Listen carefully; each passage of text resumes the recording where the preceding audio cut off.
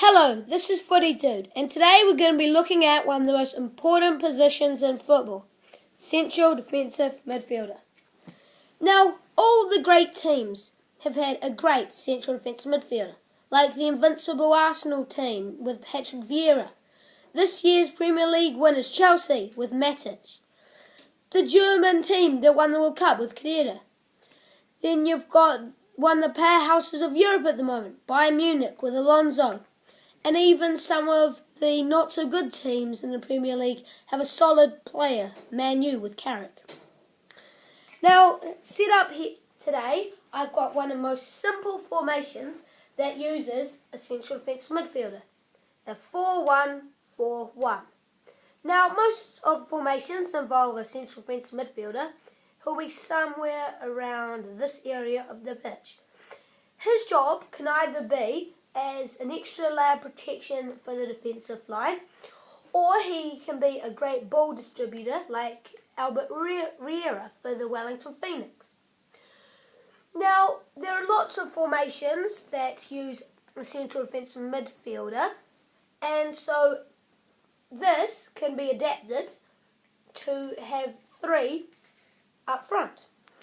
Now, here, this is where he needs to get wide on defence. The flanks are really vulnerable because there's no one to defend in here, and so the fullbacks have to push up, centre back has to come across, and central offensive midfielder fills in. So that's his main job in this formation.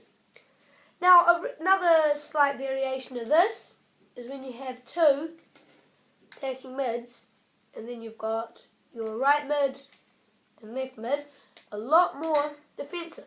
Now here he's got all this space to cover. He's in charge of defending through the centre. Now here he's got so many options to play when he gets the ball. This is the formation where the central offensive midfielder has to be the most versatile and one of the most important places to be used. Now another formation that uses central defensive midfielder is quite a weird one.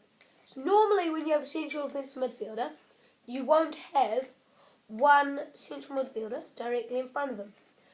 But here what you have to do is you can't push the two central midfielders too wide, because otherwise there's just a line through the middle, and if they're out wide, there are big channels for the opponent to run through.